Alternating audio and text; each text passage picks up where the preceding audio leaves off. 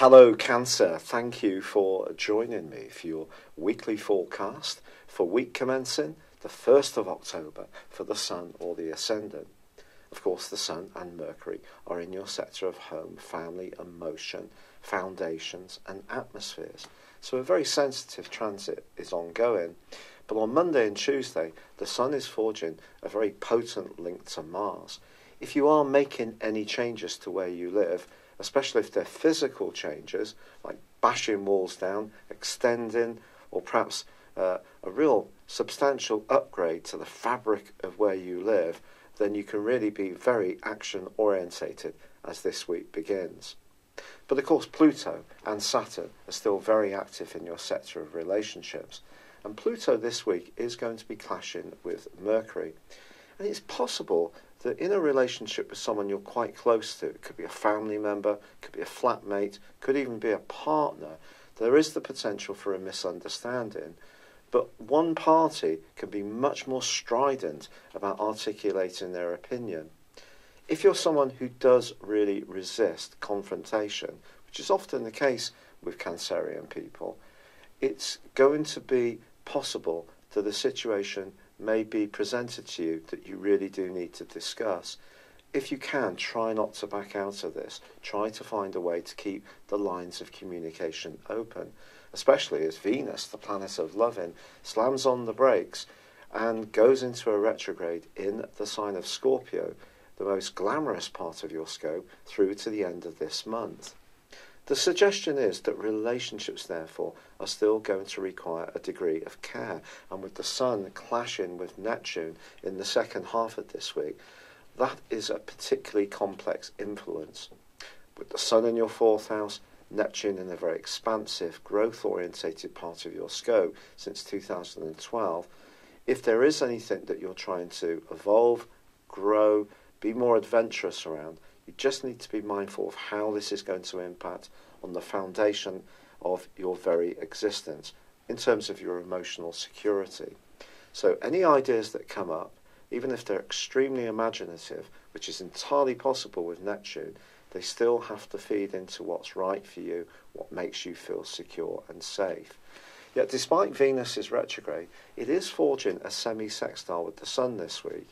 And if there is someone that you're feeling very drawn to and you're very attracted to, it may be that you may suggest in some way cooking a meal for them or sharing some kind of intimate moment in an environment where you can get to know each other better, yet at the same time take it seriously, have the chance to really discuss some heartfelt issues.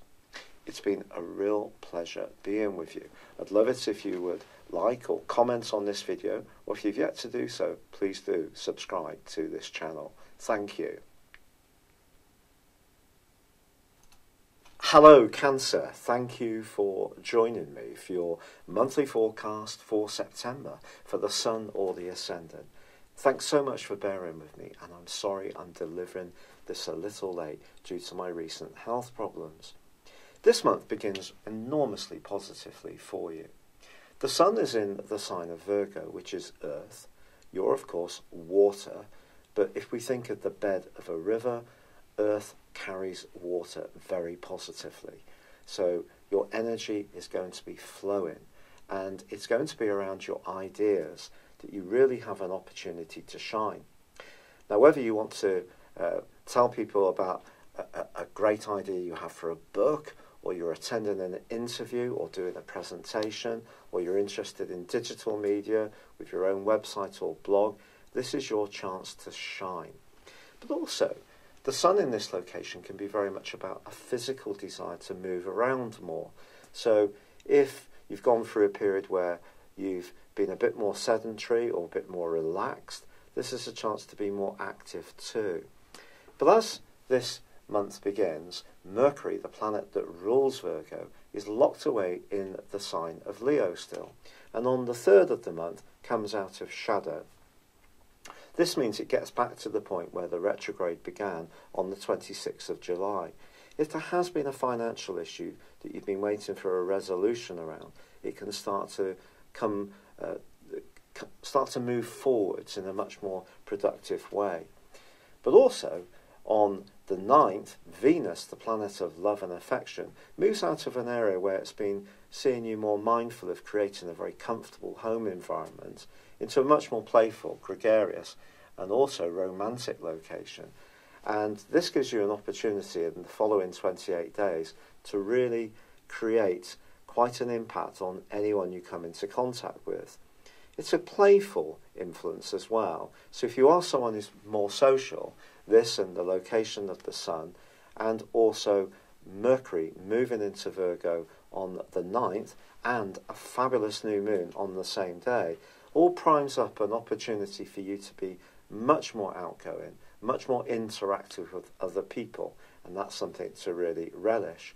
Also, Jupiter, the planet of growth, which is already in the sign of Scorpio, once Venus sweeps in, continues an amazing angle to Pluto. There could be someone that you're connecting with at the moment who's having a major impact upon you.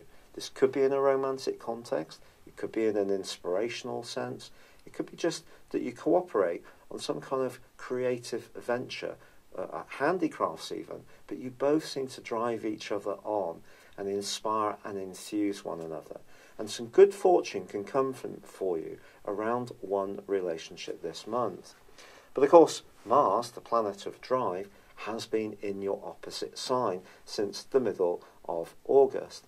Now, it's going to relocate into the sign of Aquarius on the 12th of September. This is more passionate, it's a bit more feisty, and it's also going to be squaring up to Uranus. Now, if this rings a bell, it's because it's been happening off and on since the first or the second week of May this year. Uranus in Taurus, if you think about it, Taurus likes stability, it likes permanence, it's a fixed sign, whereas Uranus is the co-ruler of Aquarius, but also fixed, but is a bit of a free radical. It likes to shake things up, pushes us to be more mindful of our independence. And for you, it's in a part of your scope to do with friendships and long-term plans. And it's possible, since the middle of May, that some of your ideas have been a bit helter-skelter, not necessarily very constant. And now it re-engages with Mars, there is the potential for tension. I have to be honest with you. In any situation where you feel penned in and you're not able to be a free spirit, you need to choose your associations. They need to be associations that come naturally without any catches or holds or snags. Because over the last 8 years or so, Pluto has been informing you that it's important for you in relationship situations to own your power. This doesn't mean to dominate people, it doesn't mean to be unkind, but it means to have healthy boundaries. And of course Saturn is in this location as well, so Mars there through to the 11th day of this month suggests there can still be some activity around your relationship sector, but that link with Jupiter and Venus moving into the most romantic area suggests that if you're single, it can be a fine chance to mix and mingle, but just be conscious that you won't want to lose your independence. You won't want to feel control. You won't want to go into a deep bond unless it's really feeling right. Now, at the very heart of this month, also ironically, Venus and Mars go into a tete-a-tete themselves, a right angle, a square. Between the 11th and 14th, something might not just work out particularly well around a relationship. For us all, a degree of patience is going to be necessary.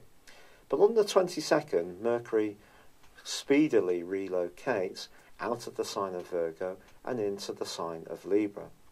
Here Mercury is asking us all to think more about our listening skills, how we tune into other people, but for you it's in your 4th house, and there can be a tendency when Mercury makes its way through the 4th solar house for us to bottle up our emotions and not articulate how we feel very clearly.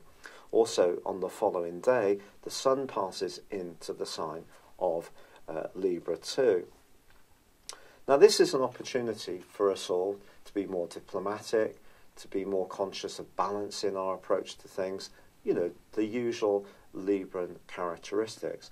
But for you, it's very much about home, family, emotions, your environment, the things that are very much a feature, an echo of your own zodiac sign. So I think the last 10 days of this month could see you just wanting to reflect a bit more, move back into your normal energies, not perhaps be quite so outgoing and out there. And the full moon which occurs is also going to see you thinking very much about your work, where you live, how you live there, your professional responsibilities and commitments, balancing the work and life energies that we all have to grapple with these days is going to prove to be a little bit of a challenge, I feel. But as Venus comes to the end of this month, it also goes into an opposition with Uranus itself. Now, this is going to be fascinating, and there is an opportunity here to sparkle up your situation in a more vibrant way, to be a little bit more spontaneous. And it does also, however, then go on to forge a much more stabilising link with Saturn. So I think any chaos that does come out of the early contact between, I'm sorry, I should have said that on the 9th, Venus goes into opposition with Uranus. So as the month evolves, Venus then goes on to forge a much more stabilising link with Saturn. But I think with relationships, there is an opportunity for growth, for improvement, in all sorts of ties and involvements and associations. But there can also be a shakedown in the ones that aren't so good for you. And that more homely feel that comes into your situation in the last 10 days of this month really is asking you to think about what you want, your own needs, to nurture yourself, to pamper yourself, and those people who are really important to you. It's been a real pleasure being with you. I'm so grateful for all the kind comments and suggestions for the different things I can do with my rheumatoid arthritis. I really appreciate it. I'd love it if you would like or comment on this video, or if you've yet to do so, please do subscribe to my channel. But for now, good luck and goodbye. Hello, thank you so much for watching my video. I'd love you to join me at my Horoscope Ace app. You can find this at www.horoscope-ace.com. You can use it through Android, iOS, Apple or Facebook. Check out your ascendant or your moon sign, or download your free birth chart. There's all your favourite videos, plus there are daily, weekly, monthly and yearly horoscopes for general, love, Chinese and Indian astrology. If your passion is tarot, there's my brilliant 3-card money or love tarot readings too. And it's all there at www.horoscope-ace.com. Thank you.